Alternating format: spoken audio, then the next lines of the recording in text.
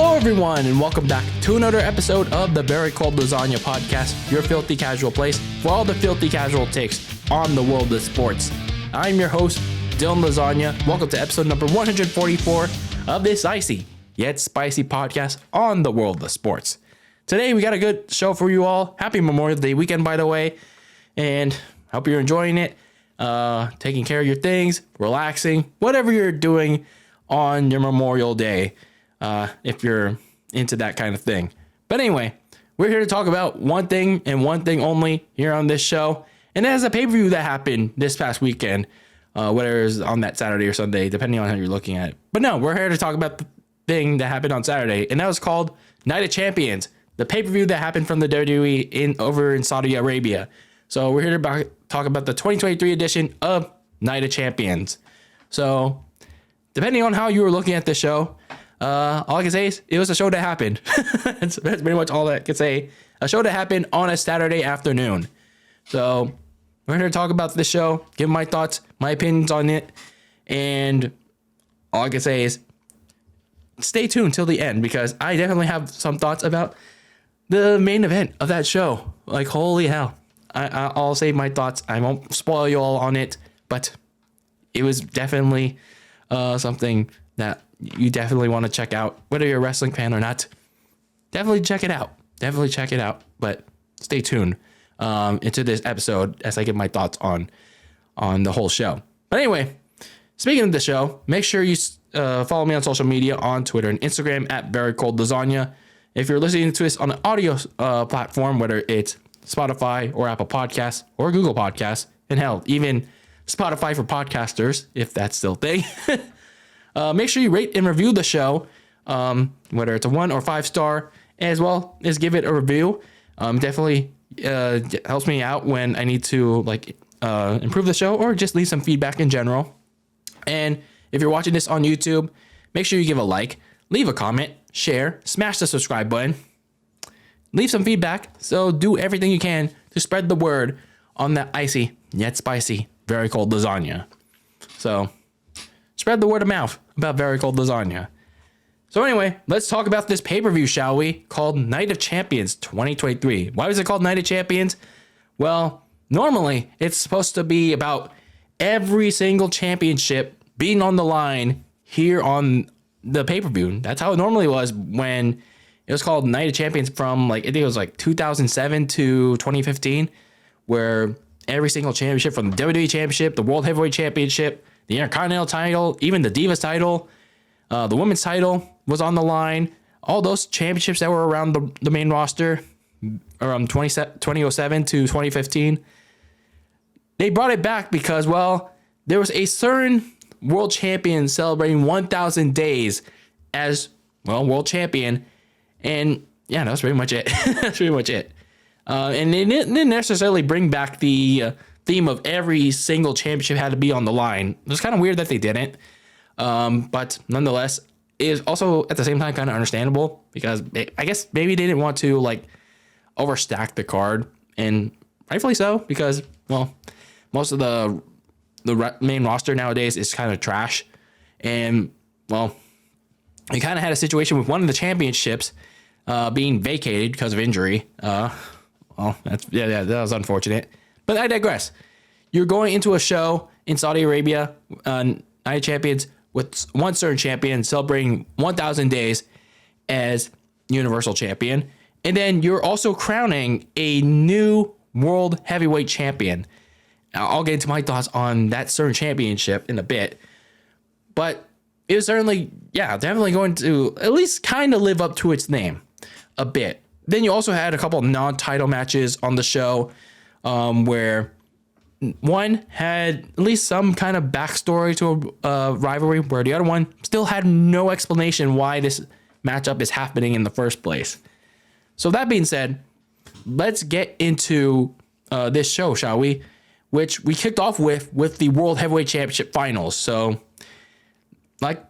if you catched up on the WWE programming or this show, we had a brand new World Heavyweight Championship that was introduced back in April of this year, I think a couple weeks out after WrestleMania by Triple H. It was a brand new, spanking new World Heavyweight Championship that kind of resembled the big gold belt, but not really, except it had a big plastered WWE logo on it.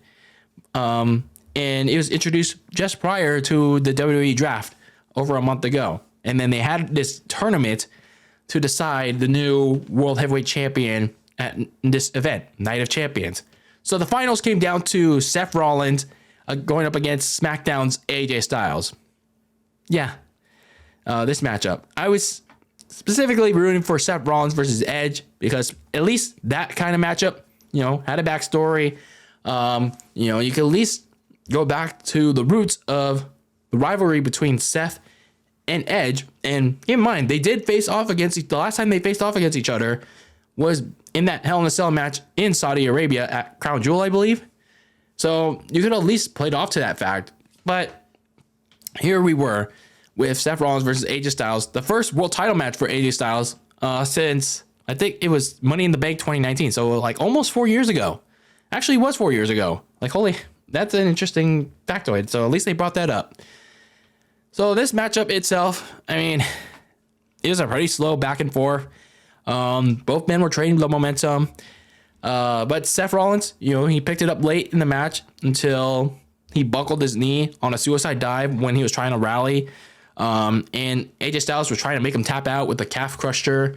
But Seth Rollins managed to escape it, and he tried to go for a pedigree, but AJ Styles hit a pedigree of his own, and Seth Rollins kicked out.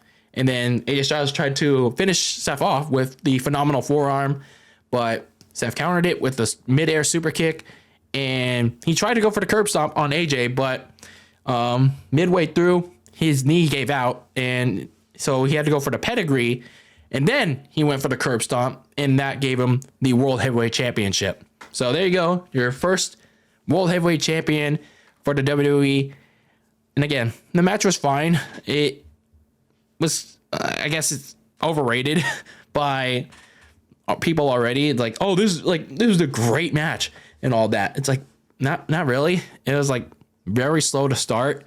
The usual, I guess just say the usual indie work rate mentality that a lot of these wrestling fans have to say, because there wasn't really a whole lot going on. There's I'm just waiting for this to pick up. And not only that, it's hard to get invested in these kind of matches when there isn't really much of a story to tell. Sure, you had all the sit down interviews with Seth Rollins prior to this, because, well, the reason why they had those sit down interviews was because Seth Rollins was filming Captain America, like scenes for Captain America New World Order. I'm not going to question how he got that role, but I mean, good for him, all that. But still, Seth Rollins mentioned in those interviews he wants to be a fighting champion and all that. And same thing for AJ Styles. But it's like, why didn't WWE have Roman Reigns be the target for Seth Rollins? Why didn't WWE just book Seth Rollins to go after, the guy holding the titles hostage himself, instead of, doing all these corners, cutting all these corners and doing the whole draft and creating a brand new spanking title. It's kind of ridiculous. It's really kind of ridiculous when you think about it. Rather than, doing all this complicated stuff, they could have just easily had Seth go after Roman himself. They didn't need to do all this, really. I mean, think about it. Seth could have been Roman's opponent for Night of Champions. Realistically, yeah, we definitely got the really good thing that we got at the end of the show. I mean, well, again, we're gonna hold off on that until when we get there. But when you really think about it, Seth definitely could have been the opponent for Roman Reigns here on this show. But again, WWE just wants to rush through these things. And that was the case with this World Heavyweight Championship, because, well, Roman Reigns doesn't show up enough. Well, because you didn't force him enough to make him show up. You really got bamboozled by Roman to show up less. That's your problem, not his. So anyway, Speaking of the new world title, I mean, again, it's not bad looking, but also apparently another problem that I have with it. Not only are you giving it to Seth Rollins, who I wouldn't have minded Seth Rollins if he didn't have the stupid gimmick that he has now. But also apparently the next problem that I have with this is that it's gonna be a brand new like history. It's gonna like a brand new. What I mean by brand new history is that it's not gonna be following the same 2002, 2013 one. You know, the guys that held it by Triple H, Shawn Michaels, John Cena, Batista, and the last one being Randy Orton. So it's not going to be, Seth Rollins is not going to be the next guy holding that one. Seth Rollins is going to be the very first one under the new World Heavyweight Championship. Like, what the hell? Like, I don't understand that thought process. Maybe they go back and retrace that. I don't know. But I just find that really stupid. I like, really? Why don't they do that? Why don't they just continue on the lineage of the World Heavyweight Championship? And they still have it on WWE.com, the original World Heavyweight Championship and its history. Why? Because Mr. Man we can't speak about is associated with that title? Really, WWE? So you're just gonna like keep that new World Heavyweight title and its history and its new history separated from the old one? It's really dumb. It is really dumb. Now, as I wrap up my thoughts on the opening match, how can we take Seth Rollins seriously as a World Heavyweight Champion? And especially this Rollins, especially this version of Seth Rollins, this goofy, stupid looking, and I don't, I'll say this about Seth Rollins. If you want to do those fashion choices, cool, okay, whatever. That's your lifestyle. But I'm going to keep calling Seth Rollins out on it. It looks dumb. It looks stupid. But again, that's your lifestyle. Like, if you want to do it, that's on you. That's totally fine. I'm going to keep calling you out on it. But at least when Seth Rollins was WWE champion back in 2015, he at least looked decently serious. Sure, he had all the goofy heel shit, J&J security, and he at least played up to a heel. But this Seth Rollins, where he's like,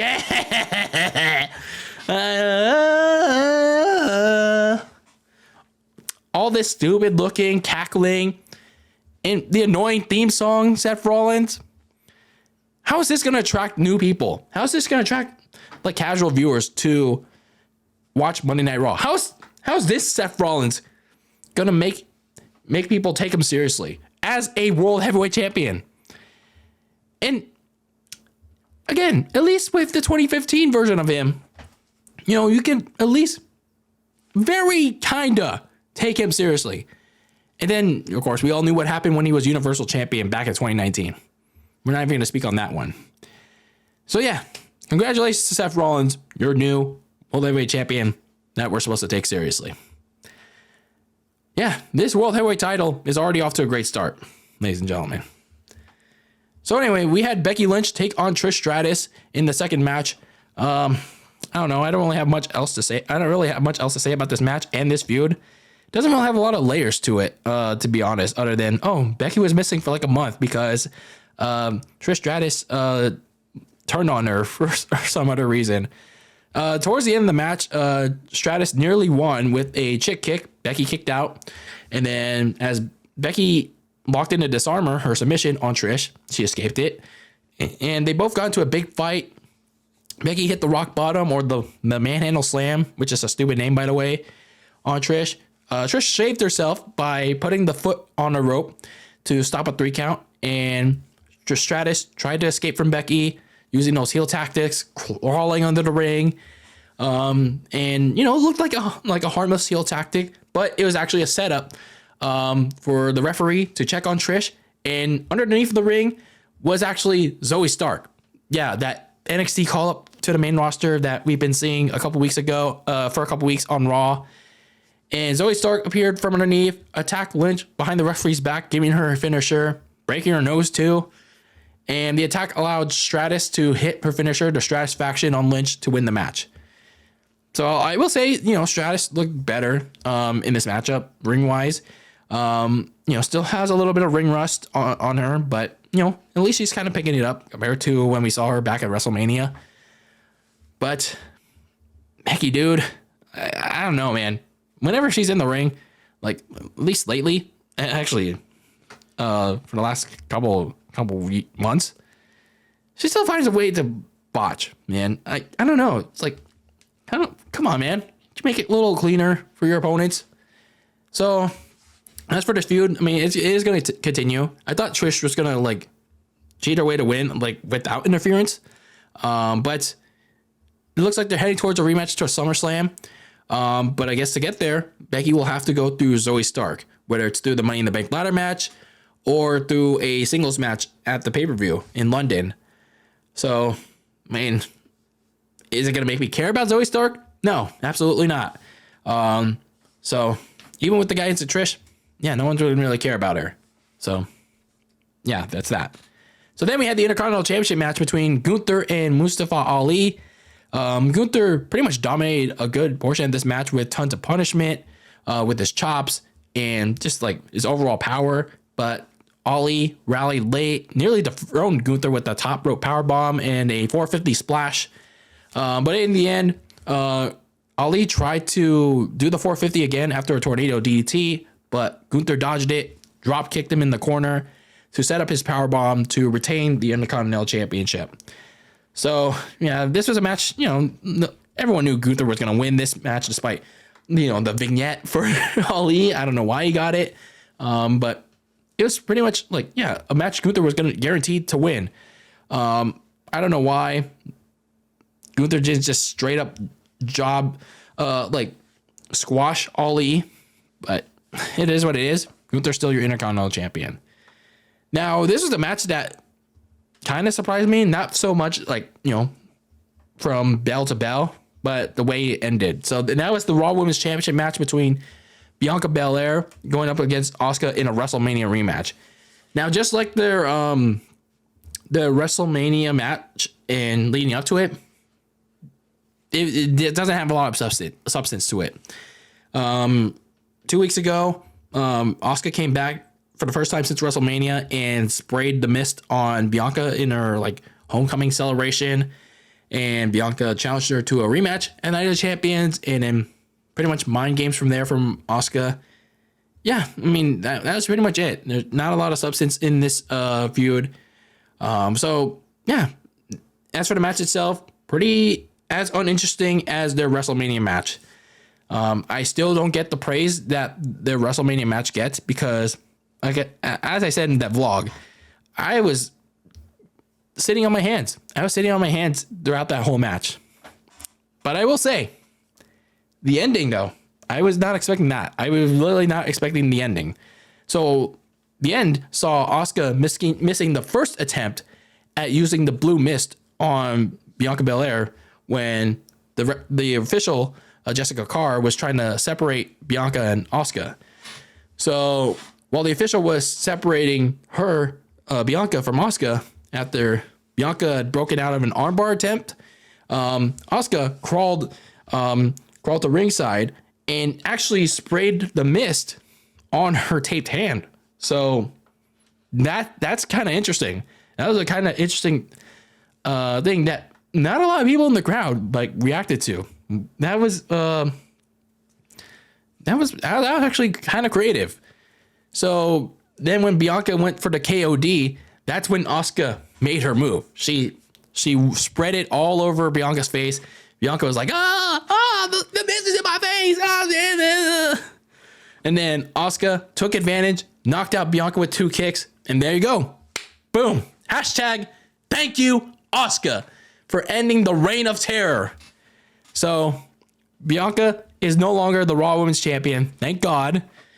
And Asuka is your new Raw Women's Champion on SmackDown. So all I can say about this match is I didn't care, but at least Bianca Belair's reign of terror is finally over because my God, was it boring. And I made a quote tweet on Twitter. It's comparing Bianca's reign to Roman's reign. Dude, it's non-comparable. Roman Reigns' reign as Universal Champion has the storytelling to back it up. What exactly was memorable about Bianca Belair's long-ass title reign? What one memorable thing about Bianca's reign was good? What's one trait about Bianca's reign? What was it? Because I didn't see it, other than whipping her hair back and forth each and every week. I didn't see it. I didn't see it. So hashtag thank you, Asuka, for finally ending the reign of terror. So we get another women's title match. So back-to-back women's titles matches with the SmackDown women's title match that was on Raw. With Rhea Ripley defending her title against Natalya. And unlike with the Raw women's title match, this one was pretty short. And this was actually pretty funny. And that happened thanks to a pre-match distraction from Dominic. Rhea Ripley basically destroyed Natalya in under a minute, as she retained her SmackDown women's title match with the Riptide on Natalya on her birthday. Oh, man. Talk about brutality for Natalya. That's rough. Flying all the way to Saudi Arabia just to get squashed in under a minute on your birthday. On pay-per-view. On Peacock.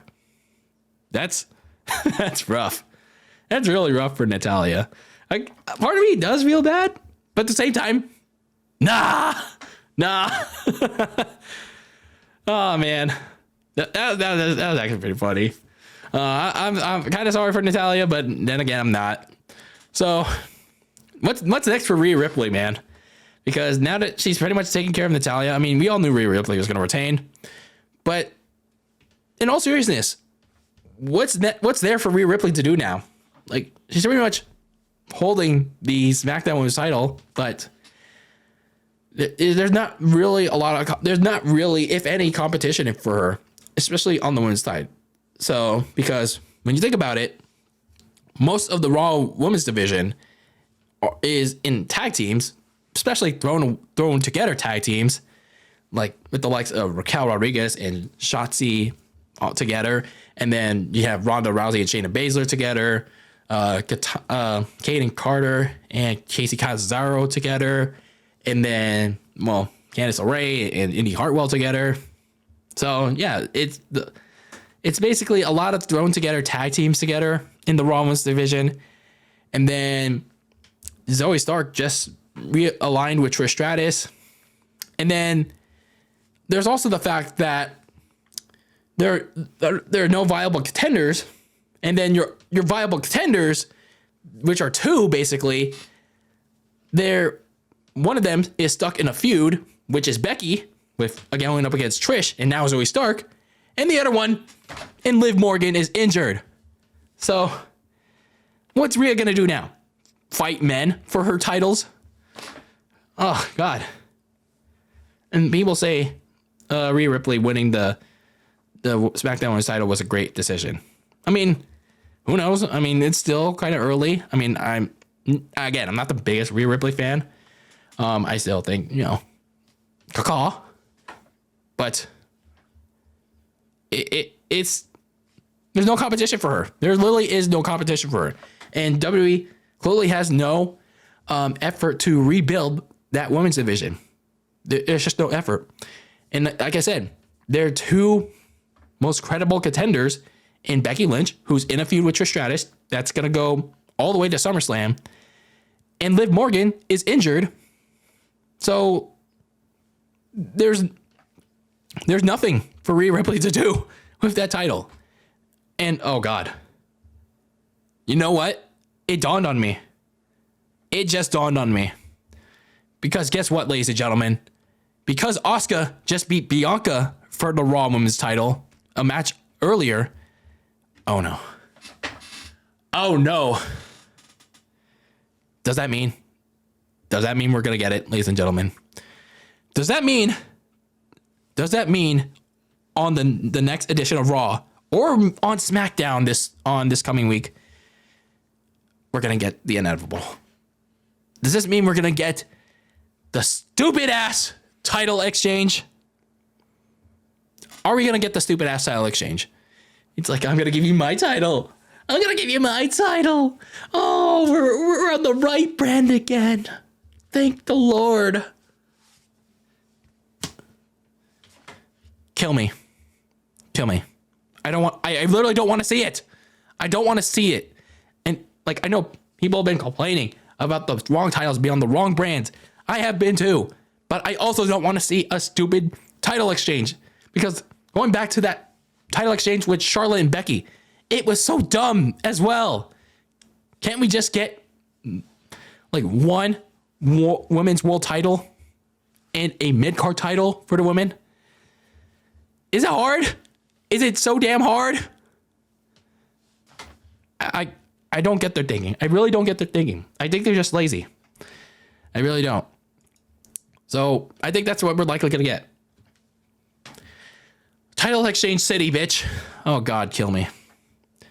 So then we get the second to final match, and that is Cody Rhodes going up against Brock Lesnar.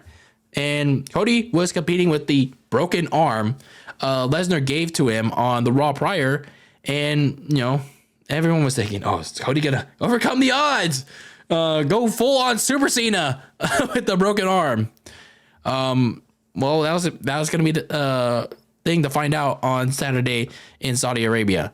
So Lesnar took early advantage of Cody, taking him to Suplex City, and Cody kept landing on the broken arm each time, crying in pain like, oh, my arm. Cody realized, though, he can use the cast that he had a broken arm in legally. So he could use it as a weapon. The referee wouldn't disqualify him.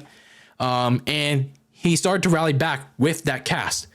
So he hit the crossroads. He hit the disaster kick. He hit all the signature moves. But as he was trying to go for the third crossroads, Lesnar countered with the Kimura lock that broke, in quotations, Cody's arm. So after nearly like 4 minutes of Cody in the Kimura and nearly passing out from it, like I don't get that either. Cody finally forced a rope break, and Brock tried to take him out with the F5. Rhodes kicked out, so he locked him in the Kimura lock again. And this time, after Cody tried to fight out of it, roll out of it, try to pin Lesnar like he did at Backlash, Cody passed out. So, yeah, Brock Lesnar gets his win back. I'm just like wondering here. I'm no sports expert or like any of that, because I'm always willing to admit I'm just a guy in a chair sitting with the mic. Can you really pass out from the Kimura lock? Maybe from like excruciating pain and all that? Because all I remember from seeing clips of it, all that, the longer that you're in it, the higher chances that your arm can be snapped, right? Especially when you go like Lesnar does to his opponents. If he snaps that arm, it's broken for sure.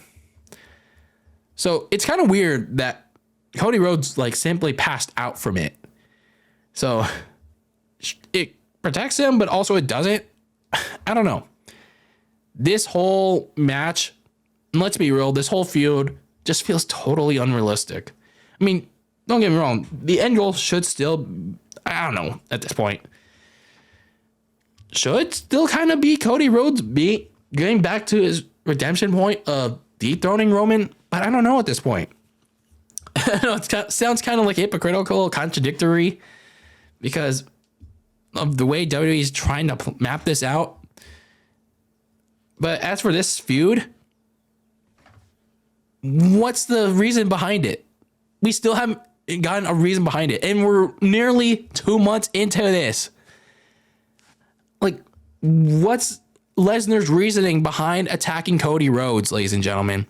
They still haven't explained it. And no, Wade Barrett's explanation or Cody Rhodes' explanation of Lesnar being mad about Cody main eventing WrestleMania is not an explanation. I want to hear it straight from the horse's mouth, from Lesnar. I want WWE giving Lesnar a reason as to why he attacked Cody on the Raw after Mania. Not from Wade Barrett, not from Cody Rhodes, straight from the horse's mouth. And I'm sorry, Lesnar being Lesnar is not a reason. So, like I said, I get they're trying to tell the redemption story of Cody. But if they don't tell it with any explicit layers whatsoever, people are going to turn on him. People are going to turn on him. And, there have been a few people that have, whether it's a casual or hardcore fan. And I get it, he's still overly popular with the fans, doing all the whoa stuff. I'm not ready to kind of give up on Cody either. But, it's kind of concerning with the way they're booking him. It really is. And to be honest with you, I really didn't want to see this feud go to a third match. But at the same time, you didn't want to make Lesnar look weak either. But unfortunately, we're probably going to see it at SummerSlam. Cody's probably going to be off TV to sell that injury. Brock may or may not be at Money in the Bank, whether it's in the match, the namesake match, or like maybe they do the third match at Money in the Bank. Who knows? I don't know. I just feel like this whole feud feels like a waste. It really does. It really does. And now, ladies and gentlemen, we could talk about this match. We could talk about the match that we've all been waiting to see. Obviously, it's a match that we always want to see because of this man right here. The undisputed tag team champions, Kevin Owens and Sami Zayn, going up against the undisputed WWE champion, Roman Reigns and Solo Sikoa. Yeah, Roman Reigns on that day reached 1,000 days as Universal Champion. So he had reached like rare history with the likes of Bruno Sammartino, Hulk Hogan, Pedro Morales.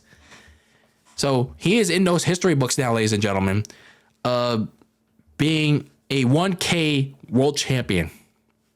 That is amazing. That is amazing. Whether you like it or not, you cannot deny.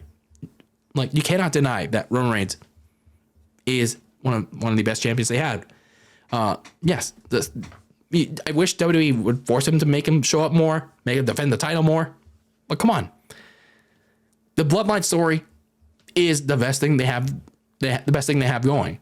And I know some people will call it overrated, but you can debate that all you want. You can debate it all you want, ladies and gentlemen. So the reason why Roman Reigns was was going after the undisputed tag team titles was, well, because the Usos failed to get their job done at WrestleMania and on the first night of the WWE draft. So Roman Reigns pulled his best Thanos impression and was like, fine, I'll do it myself. But at the same time, he also had questions about, what about the Usos? How do they feel about this? Especially the older Uso. What about Jimmy? Especially in the weeks leading up to it. A lot of high tension, a lot of like flaming tension between Roman and Jimmy. Was that going to finally culminate on this event? Or maybe it was just all a big troll, a big tease, a big cock tease by WWE, and then the Usos were just going to help out their blood in the end. We'll see. Meanwhile, for Kevin Owens and Sami Zayn, they were looking to finally finish off their part in this whole Bloodline saga. Finally put them in the past. So as for the match itself, I mean, it was still pretty good. It's just kind of like slow to start off with. Roman Reigns trash talking the tag team champions. Solo Sikoa doing the dirty work for Roman to start off. But then things started to pick up when Kevin and Sami Zayn got in their hot tags, did their moves on Roman and Solo. When Sami and Solo went at it in halfway into the match, Sami countered Solo Samoan Spike with the Exploder Suplex Haluva Kick combo. But when Sami Zayn was about to win the match, Roman made one last save on his team. And Roman just snapped, dude. He was mad. He wasn't the legal man, and he got into it with Sami Zayn. The official was trying to like get him back into his corner, but Roman Reigns was like, fuck you. I'm the tribal chief. I do what I want here, and I'm going to attack Sami Zayn. So they go at it, and then shenanigans are going to happen, as Sami Zayn dodged a spear and the official goes out. And you know where they were going with this. You already know what they were going to go with this. So Sami Zayn Superman punches Roman and even does the signature spear taunt that Roman does, and even got the crowd into it too. That was pretty cool. And then Kevin Owens even steals Roman's spear on him. So Roman Reigns, all his signature moves are being used against him in this match, which was also, again, pretty cool. And then Kevin Owens tries to Pop-Tart powerbomb Roman Reigns through the announce table, but then here we go. Things really start to pick up here, ladies and gentlemen. The Usos, who were not supposed to show up here, they were specifically told by Roman Reigns on SmackDown to stay home. They were supposed to only show up for the celebration that was supposed to occur next week, not here. They were told to stay home, watch the match. No coming to Saudi Arabia. The Usos came out of nowhere and attacked Kevin Owens, buried him underneath the announce table. And, oh my God, ladies and gentlemen. Woo, oh my God. The best continued to come. They super kicked Sami Zayn. They went on super kick Porty. And then, here we go. Here we go. A double super kick that was aimed for Sami Zayn. They accidentally kicked their brother. Solo, your sacrifice was meant greatly, because at this moment, the Usos knew they fucked up. They greatly fucked up, because guess who caught them right dead in the act? Roman Reigns. Roman Reigns got in the ring, berated the Usos, berated Jimmy, berated Jay for ignoring his orders, and he pie-faced Jay to the corner. And then Jay tried to calm him down. Jay tried to calm Roman down, told them that we were just trying to help. We were still day one, right? And then Roman was just like, nah, fam. Why are you here? Why are you touching me? And then this is the part that really tugged me. There ain't no day one no more. There ain't day more. There ain't no day one no more. You understand me? And then he started pie facing Jay too. And then, ladies and gentlemen, we got the good stuff. We got the good stuff, ladies and gentlemen.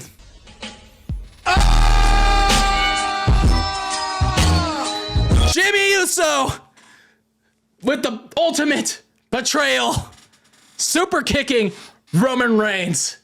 He had enough of the bullshit. He had enough of the abuse. He is nobody's bitch. He had snapped. And Jay saw this. He was like, oh fuck, what did you do? He clearly knew of the consequences that was to come for what backstabbing Jimmy had done. But Jimmy wasn't. He didn't know. He knew what was to come. Jimmy clearly let years of abuse boil, specifically to his brother Jay. He snapped. He is telling Jay out loud, clear as day, I'm doing what you should have done a long time ago. And then he super kicked Roman again, and he let all that anger and frustration out like a madman, and rightfully so, ladies and gentlemen. And then the Usos had to leave because they didn't know what was to come next, and also they didn't want to get their team Roman, Kevin and Sami disqualified, I guess. So speaking of Kevin and Sami, they finished off Solo Sikoa to retain the tag team titles with their stunner haluva kick combo. But ladies and gentlemen, we're clear as day. We are finally here. We are finally here, ladies and gentlemen. As I said before, we need to get to this point, and yet here we are. The downfall arc of the Bloodline. Roman's empire is going to crumble even further here at Night of Champions. I said it before. I said it again. This had to happen here. And here we are. The downfall arc of the Bloodline is really going to begin starting on SmackDown. And oh my God.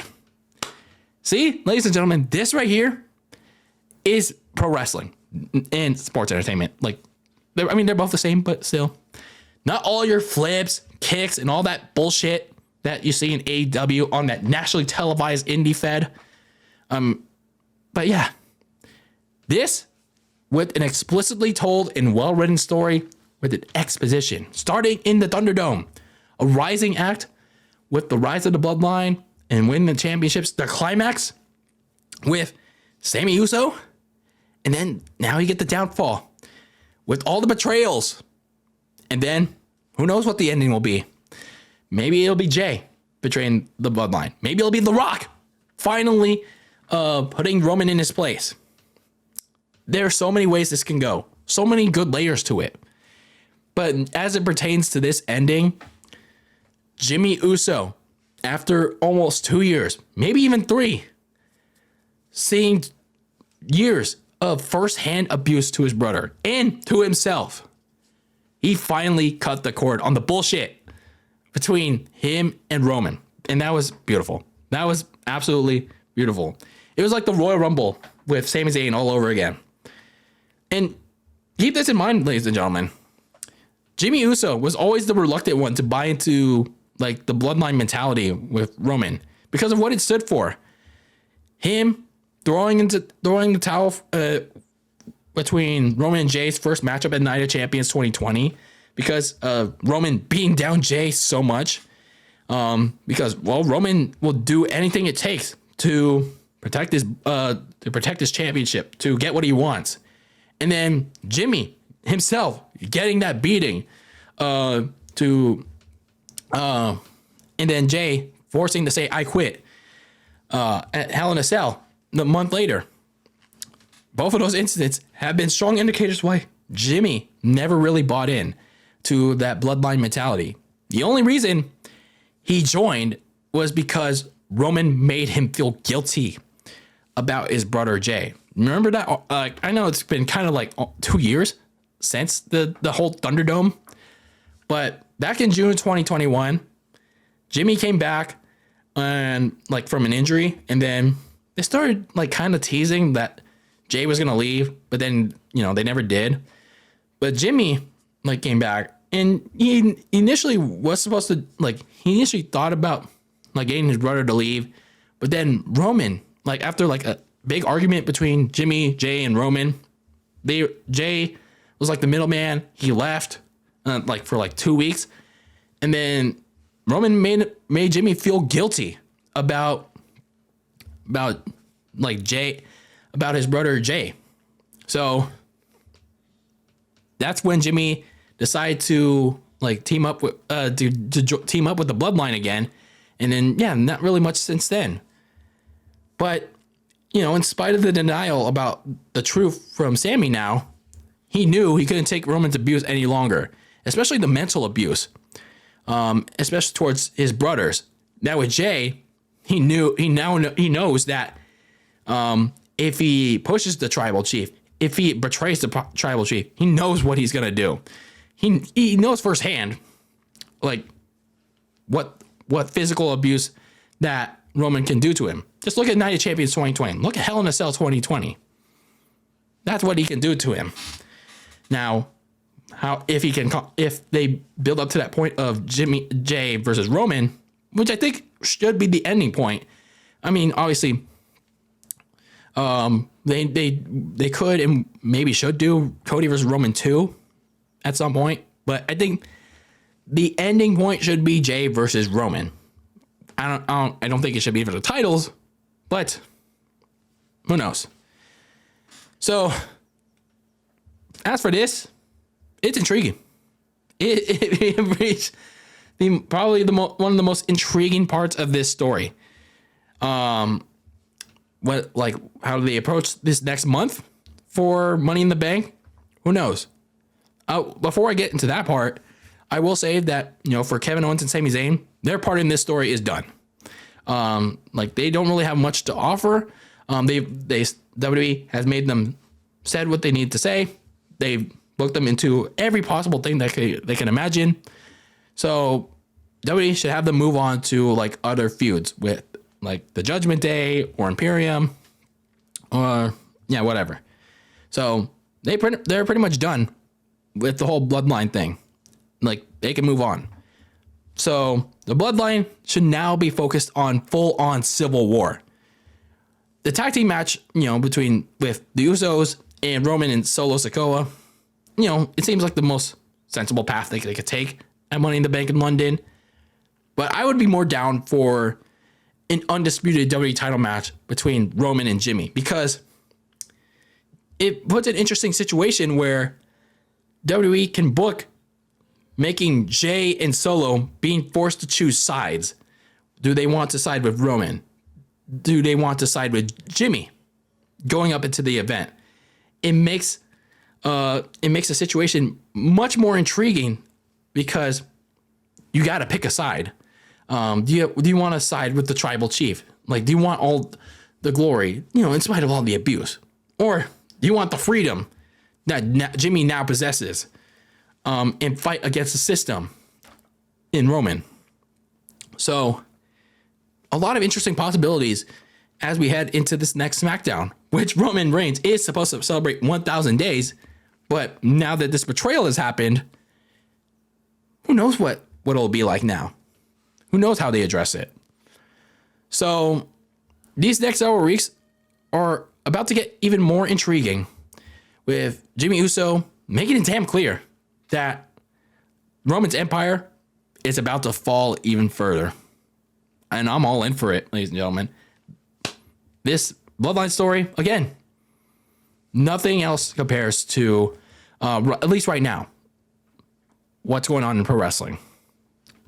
So overall, most of the show felt like honestly, like an international Raw or SmackDown show. The World Heavyweight title match was okay. But we all knew Seth Rollins was winning that thing.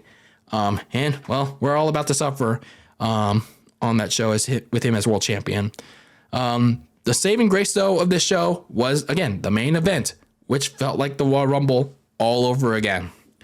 And every time the people say that the Bloodline story is bad and overrated, it's your opinion, but you're all smoking something.